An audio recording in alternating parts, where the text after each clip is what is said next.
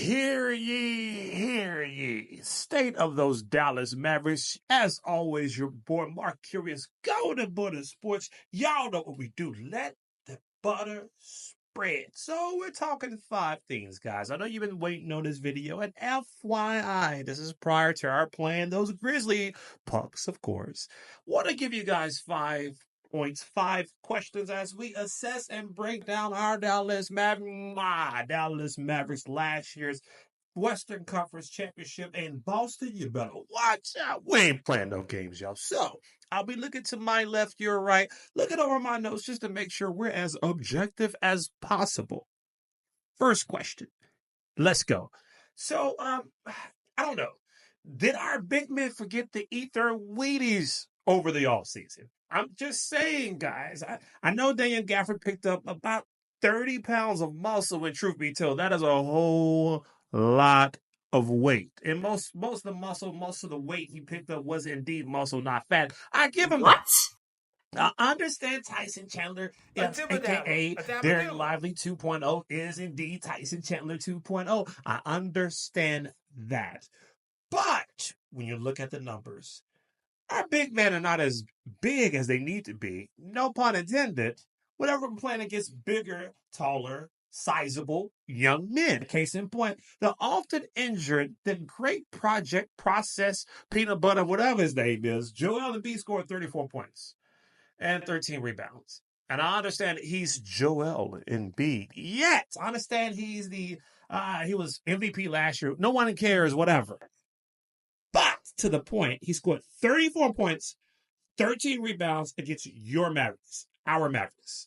May be a problem if there wasn't, well, it may not be a problem, rather. If there wasn't, there's some consistency behind it. In other words, if we didn't have other big men who did the same thing.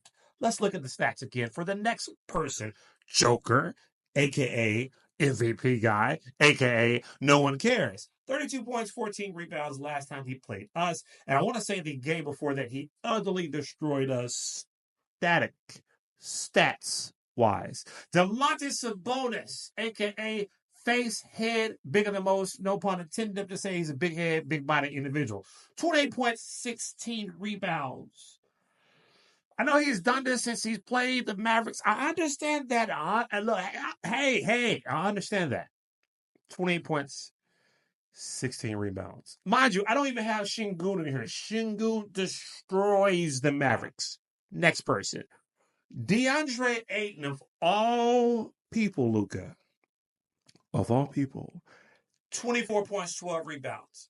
Showcasing his strong interior performance, ability against the Mavericks. He's not even a tough guy. He's like more of a powder puff, dragon tails type of center, but yet 24 points, 12 rebounds. Notice the consistency with centers that are bigger and taller than us. Rudy Gobert.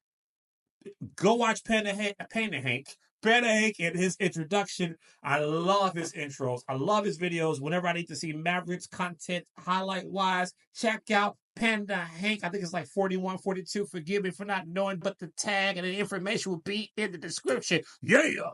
Anyways, Rudy Gobert, who's often get his ankles destroyed by Luka Doncic, yet he scored 18 points, 17 rebounds. Hartenstein, 10 points, 10 rebounds. It was everywhere against us. The proof is in the mustard. Mustard just spread all over the popcorn. I don't know where that came from. We may need to get back in the weight room, or we may need to be more schematic with protecting our centers against the bigger, taller centers that are in the league. Question number 2.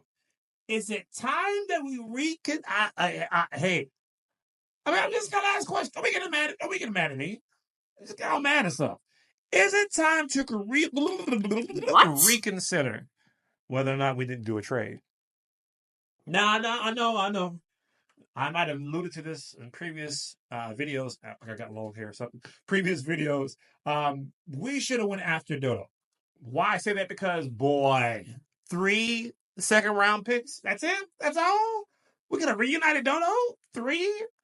I know it wasn't, small, bite-sized M&Ms, but they were family-sized M&Ms, but they're still M&Ms. 3 second-rounders. No first, no player, no down, nother. 3 second-round draft picks. We should have got Dodo. In lieu of that, I do not want D'Angelo Russell. At all, If Craig. the At Brooklyn often putrid Nets didn't want D'Angelo Russell, if the Los Angeles Lakers often too Hollywood to be an NBA actual playing team that actually gives some type of competition on the court, if they didn't want D'Angelo Russell, if Hollywood themselves didn't want him, why do we want them? And I believe Brooklyn may be doing like a buyout for him right now. They don't even want the reunion portion of D'Angelo Russell. We don't want anything to do with your boy. Danny Dodd is here blonde for whatever reason. No, I don't want him in our locker room. I don't want him on the court. We do not need him. We got Spencer Dinwiddie. I know he's not playing like he had been. Jaden Hardy. I know he's not playing like he had been. But boy, when they do, why do we need D'Angelo Russell? And why do we need anyone else? Let us get back healthy again, with one lone exception. If we couldn't get Dodo, since we didn't get Dodo, for whatever reason, Nico, love Nico's Harris, but why? Since we didn't get Dodo, why not go get Herb? The guy from New Orleans, I forget his last name, Herb Jones? Yeah, Herb Jones. Let's go get him. He's another Dodo Finley Smith. And so if PJ Washington goes down, our season won't go down also. I love Najee Marshall, who we'll talk about a little mini debate within the question of the debate. Yeah, go get Herb Jones. Sure up the 3 position, because the playoffs are coming. Yeah. So, next question. This is a controversial one now. Don't get mad at your boy. I'm just saying. Please don't, please. GBS, go to Meta Sports. Like, share, subscribe, all that stuff. If you're not doing it, what is wrong with you guys? Should Najee Marshall start? Should he? So if we look at the pool of stats here with Najee Marshall, stats versus Klay Thompson's stats, because who would he start over? He's not going to start over PJ Washington, of course. They don't look hot in relation to, hey, Najee Marshall should potentially be starting over Klay. Why? Because since he's been with the Mavericks, he's averaging him being Najee Marshall, 11 points, 9 rebounds, or rather 11.9 points, 3.4 rebounds, and 2 assists. You don't necessarily see what he does on the court. I love what he brings. I love the pressure that he brings. I love his float game. I love his defense. He literally guards 1 through 4. He's shooting 86.8 from the free throw line, 30.9% from the 3-point line. He's got a little better. 50. Where are my words? Goodness, 54.9 as far as his percentage, 2 points. So, I mean, compared to who? Splash Brother himself. Klay Thompson this year is averaging 14 points. Point is kind of mute at this point. I know it.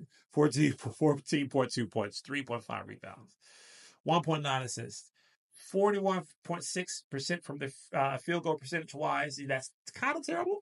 But 38% from the 3-point line. I'm sorry, Najee. And 89.7 from the free throw line. Now, here's the thing. When Klay is not shooting consistently, he's kind of like a liability. But because he's out there, you have to guard the 3-point line, and that opens up so much more for Luka and Kyrie. And Klay has been playing exceptionally well on defense, if you ask me. I didn't even know that was part of the package.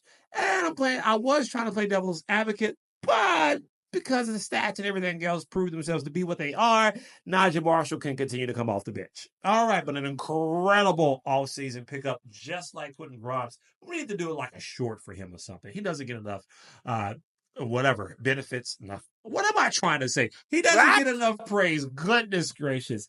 Next point. So haters gonna hate, ballers go.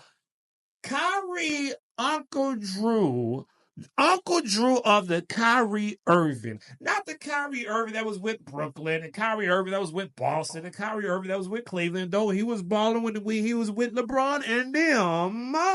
Kyrie Irving, since he has joined our Dallas to the Mavericks. So if I go to the stats of Kyrie Irving, and to this year, he's doing pretty good. 24.6 points, 4.5 assists, 1.1 steals, 0.3 blocks is actually, that's very good actually this year. 49% from the field goal percentage, 2-point wise and 3-point wise. 44.1, his best of his career by far from the 3-point line. What about last year? His points were even higher, 25.6, 5 rebounds a game, 5 assists a game. Goodness gracious. 49.7 field goal percentage wise, 41.1 on the 3-pointers. So if you compare that to his previous years, the only other year he had a higher scoring percentage was with Boston, probably because Boston was often dilapidated. Rather, I said Brooklyn, because Brooklyn was dilapidated at best with James Harden and his prima donna issues, and KD with his prima donna issues and don't want to brush his hair for whatever reason. I'm just saying. Anyway, sorry, that's off the record. Sorry. I'm sorry. Other than that, he's never played this good. Matter of fact, his career scoring percentage-wise, or rather points-wise, is lower his previous 7 years prior to joining the Mavericks. And he seems like he has so much peace, so much joy in his heart. I don't even see him putting the sage all around the court like he used to. I don't think he's worried about those whole evil spirit things anymore. The world is flat in his eyes, but it's a whole other discussion. Kyrie, Uncle Drew, join your boy to go to Butter Sports. We can debate that thing. I'm just saying, debate that thing. Yeah, this is by far the best Kyrie Irving we've ever seen. And I think he is deserving of another championship. I love what he has brought to the organization. The younger players idolize him. The older players respect him highly. He's highly competitive. I even love his post-game press conference after the whole Najee Marshall fight, busting your boy Nurkic in the face as he deserved. Now, y'all got dunked on by LeBron too. Anyway, yeah, I love Kyrie Irving, and this is by far the better or best version of Uncle True. Last but not least, last question. You better like, you better share, and you better subscribe. I'm going to come to your block, son, and put butter on that thing. Is this our year to go to the chip? So, barring injuries, barring us flipping Maxey, hopefully. Maxey, I love you. Maxey, turn around. But, yeah. If we don't get healthy in time, no. Sorry. We may miss too many games without Luka. But if we do get healthy in time, I think the real threat we have out of the West is those OKC Thunder. My goodness gracious, somebody cut off the highway between I-40, I-35, and between Texas and Oklahoma. Anyways, yeah, OKC and OKC. We can pass OKC. There's nobody that can stop us. Boston, Clippers, whomever. I said it, and I said it again. State of our Dallas to the Mavericks. Your boy Golden Butter Sports, a.k.a. Mark Curious. As always, we letting a whole lot of Butter Sports, whole lot of butter being spread, y'all. GBS, we the best. We making a whole lot of attempts to take over the rest. I'm just saying. Let that butter spread. Y'all know who it is. Check us out on the YouTube channel. Check us out on TikTok. Check us out on Instagram. Check out the merchandise. Y'all know what we do. Let the butter spread. Let's get it, y'all.